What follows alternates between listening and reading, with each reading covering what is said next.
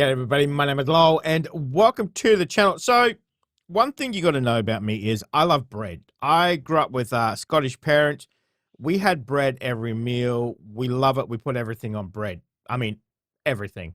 So, let's do this reaction to this video, how civilization was created by bread. So, let's jump in. Let's have a look at this one, shall we? The history of bread might not sound like the most exciting topic in the universe, because bread has always been there for us. But bread just might be responsible for civilization as we know it. And the act of making bread has been bringing people together for thousands of years, from Mesopotamia to the TikTok generation. So, today we're getting a rise out of the history of bread. I love a good piece of bread, I tell you what. There's nothing like it. But before we get started, be sure to subscribe to the Weird History Foods channel. After that, please leave a comment and let us know what other foods you would like to hear about. All right, time to stop loafing. We don't know who exactly invented bread. However, there is evidence that humans from Europe to Australia have been grinding grain for at least 32,000 years. So whoever was first, they likely drove the same model car as Fred Flintstone. We also don't know exactly when humanity jumped from grinding grain to making bread, but we were certainly doing it by the Epipaleolithic era, roughly 14,000 years ago. The earliest known bread makers were a Levantine society known as the Natufians. They made a pita-like flatbread from wild plant roots, wild wheat, and wild barley. The Natufians were a little ahead of their time, but by about 10,000 years ago, bread was being made by mixing crushed grain with water, then laying the dough on heated rocks, and covering it with hot ash. This was right about the same time people were beginning to first domesticate modern wheat in the Fertile Crescent. While it was long believed the development of agriculture led to the creation of bread, it actually now seems more likely that the creation of bread led to the development of agriculture. Okay, we get it. Bread is a big deal. It does not need to be so smug about it. The domestication of wheat spread from Mesopotamia throughout the world, and with it, civilization. There's evidence of bread consumption in places like Turkey and Europe as early as 9000 BCE. And by 8000 BCE, the Egyptians had developed an unleavened bread similar to a modern Mexican tortilla, lending credence to the theory that the pyramids of Giza may have had Taco Bells inside them. Later, Egyptian bread became lighter and fluffier after they realized that letting wheat dough ferment would produce gases that turned a flatbread into a loaf. The Egyptians liked bread so much that, along with beer, they essentially used it as currency until they switched to coins in the first millennium BCE. They were also among the first to develop baking ovens. Speaking of which, the people of the Indus Valley, located in modern-day India and Pakistan, were making bread in vertical clay ovens, sometimes called tanur, tandoor, or tandir, as early as 5,000 years ago. Still in use today, these vertical ovens are akin to fireplaces, with heated walls and a hole that functions as a chimney and can reach temperatures of 900 degrees Fahrenheit. The Greeks were also innovators in the area of bread ovens, and as far as anyone could tell, they were the first culture to hit on the now ubiquitous configuration of a freestanding oven that could be preheated and has an access door. Just think if they had patented that. Although various forms of leavening have been used in bread going back 9,000 years, the semi-permanent pairing of bread with domesticated yeast is generally agreed to not have happened until around 1000 BCE. But no one really knows who did it first. Some think it happened in Mesopotamia, some think it was the Romans, or the Egyptians, and there's always the possibility of parallel thought, meaning they all came up with it on their own at around the same time. Whatever the case, in classical times, leavening was most commonly accomplished by using a leftover piece of dough from the last batch, which would have contained sugar and water, as a starter for sourdough. And thanks to regular Weird History contributor Pliny the Elder, we know that the Gauls and the Iberians produced a lighter kind of bread than other peoples by infusing the dough with foam skimmed off beer. Bread and beer have long been noted to contain the same ingredients: grain, yeast, and water, albeit in different proportions. Some have even... It's funny how just those three simple ingredients can completely change what you're making. Man, so much good bread. It's making me hungry for a slice of bread, I tell you what. Theorized that Egyptians may have made beer by first making yeasted bread and then fermenting it in water. After all, at the end of the day, beer is really just a liquid bread that gets you drunk.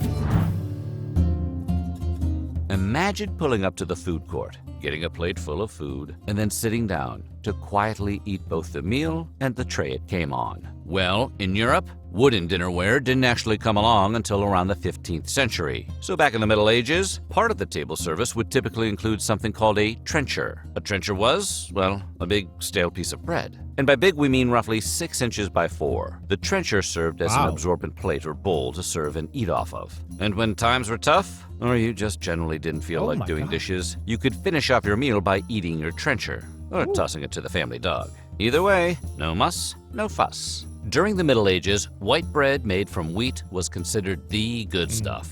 But just like today, most people weren't rich, so ye average Joe probably ate a darker bread made from oats or rye. This was sometimes spiced up a bit with the addition of things like chestnuts, lentils, acorns, rice, or peas.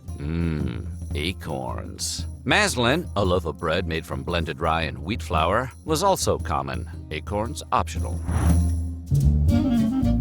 The Industrial Revolution is generally considered to have occurred between 1760 and 1840, but it would take until the early 20th century for it to really kick the bread business into high gear. In 1912, for example, an American inventor named Otto Frederick Rovetter came up with a prototype for a machine that would slice bread. Speaking of which, ever hear someone call something the greatest thing since sliced bread, and wonder how that got to be the standard against which all human inventions are now judged? Turns out, in 1928, using the invention it took Rovetter 16 years to finish, the Chillicothe Baking Company became the first manufacturer to ever sell sliced bread. And they did it using a slogan that framed the innovation as the greatest forward step in the baking industry since bread was wrapped. Subsequent advertisements by the competitors then tried to up the ante by describing their own products as the greatest thing since sliced bread. The phrase caught on and was popularized by comedian Red Skelton in 1952 when he defended the emerging medium of television. It's funny how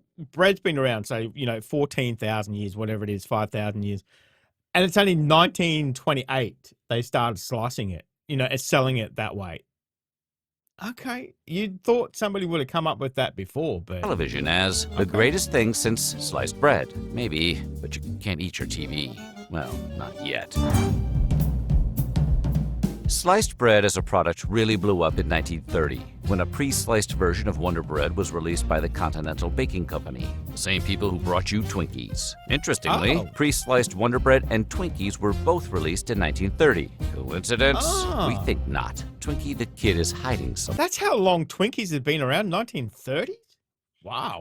Continental promoted the heck out of Wonder Bread, and people loved it, quickly making it, and sliced bread in general, a staple in supermarkets across America. Everything was going great, until sliced bread found itself up against its greatest foe, and everyone else's for that matter, Adolf Hitler. In 1942, at the outset of the U.S.'s involvement in World War II, rationing important products and materials, like gasoline, rubber, and sugar, became a priority back on the home front. Then in 1943, the selling of sliced bread was declared illegal by Claude R. Wickard, the Secretary of Agriculture and head of the War Foods Administration. How did banning sliced bread help the war effort? Wickard figured it would help conserve wax paper, which was used to wrap sliced bread to keep it fresh. He also had his eye on the metal that would be used to build new slicers, and arguably even the sugar in the bread itself. The de facto ban did not go over well. According to Time magazine in February of that year, to U.S. housewives, it was almost as bad as gas rationing, and a whale of a lot more trouble. One agitated woman even wrote the New York Times to explain how important sliced bread was to the morale and saneness of a household. And anyone can understand their lament. Can you imagine having to cut this damn thing yourself? To placate the mobs, New York Mayor Fiorello Have you ever tried to slice bread? Oh my God, it turns into a mess. I tell you what. LaGuardia declared that bakeries which already had slicers could go right on selling sliced bread. Of course, all the bakers who didn't have slicers were now being told it was illegal to buy them, effectively putting them out of business. The government quickly realized their ban was the worst thing since unsliced bread, and pulled the plug on it after just over a month. Oh, geez.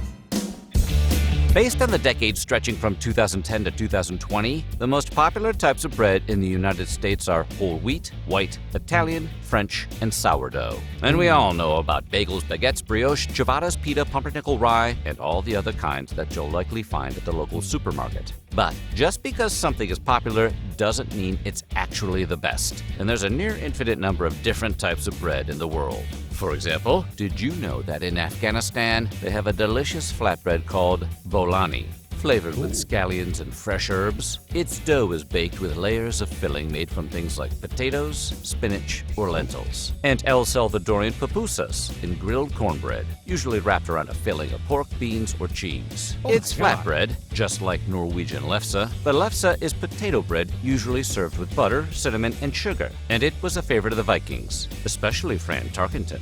Meanwhile, Navajo fry bread is a symbol of perseverance to their nation. It's made from white flour, lard, and sugar, which were the same government-provided resources the Navajo had to rely on to survive after being forced out of Arizona and resettled. And Australian damper bread can be made from just water, flour, and salt, although more modern recipes often include things like butter, milk, and some extra form of leavening. It can be cooked directly. Damper is delicious. Cook it on the fire. Oh, in a cast iron so pan, good. or even on a stick. As you probably remember, way back in March of 2020, the United States went into lockdown due to that whole pandemic thing. With nowhere to go and nothing to do, many Americans turned to taking up hobbies, and one of the most popular was bread making. Why bread making? Well, some people claimed that it gave them a sense of control during a crisis. Others found it to be fulfilling and relaxing during a tense and uncertain time. And still others just needed something to do. Whatever the reason, bread making became such a popular hobby, flour mills couldn't keep up with the demand. And then yeast became more scarce than tickets to the Eras Tour. As a result, everyone started making sourdough, and it must have made an impression, because based on recent TikTok trends, bread making is on the rise all over again. Maybe people are nostalgic for lockdown, or maybe it's just a pleasant hobby. Or maybe, as history teaches us, making bread is just a fundamental part of being human. Hey, anyone else thinking about buying stock in Wonder Bread? So what do you think? What's your bread of choice? And have you ever tried baking your own? Let us know in the comments below, and while you're at it, check out some of these other weird history food videos. I've never tried making my own bread. I think that would be wonderful. Sourdough, love sourdough. But as I said at the start, I love bread. I love all bread. Some breads I haven't tried, I definitely want to try. Some of those breads with the filling in it look delicious. Absolutely delicious. As I said, not a day goes by where I don't have some form of bread. I don't know. It's just the upbringing that I've had. It's just that my favorite food is sandwiches. I mean, I can't get away from it, so the better the bread, the better the sandwich. It's just, it just goes hand in hand. It's just, as he said, that's human nature. I can't help it. I am what I am, and I eat what I eat. So, but that was delicious. That was a delicious video where it kind of showed you a little bit more of the history. I knew bread was around for a long time. I didn't know 14,000 years. That's a long time. And it's funny how around the world, like even with some of the architecture around the world, that people come up independently with the same idea at the same time, so, and bread has obviously developed from that kind of ideas, but, every nation, every kind of culture has their own type of bread, whatever's for the region, etc. But, man, that was a good video. I really enjoyed it. That was interesting. If you love bread like I do, salivating over some of those loaves of bread, you just want to eat that crusty bread with some, some butter on it. Oh, it's just real butter, not margarine, none of that crap. You got to have that real proper butter. Man, that is good stuff. That is good stuff. I love bread. I actually feel like some bread right now. But let me know what you thought of that, guys. Thank you very much for joining me today. Make sure you stay safe, and I will definitely see you in the next reaction video. Oh, you're still here? You want more content? Why don't you check out my Patreon down here? You'll get plenty more content and some exclusive videos over there too. If not, why not check out this one over here?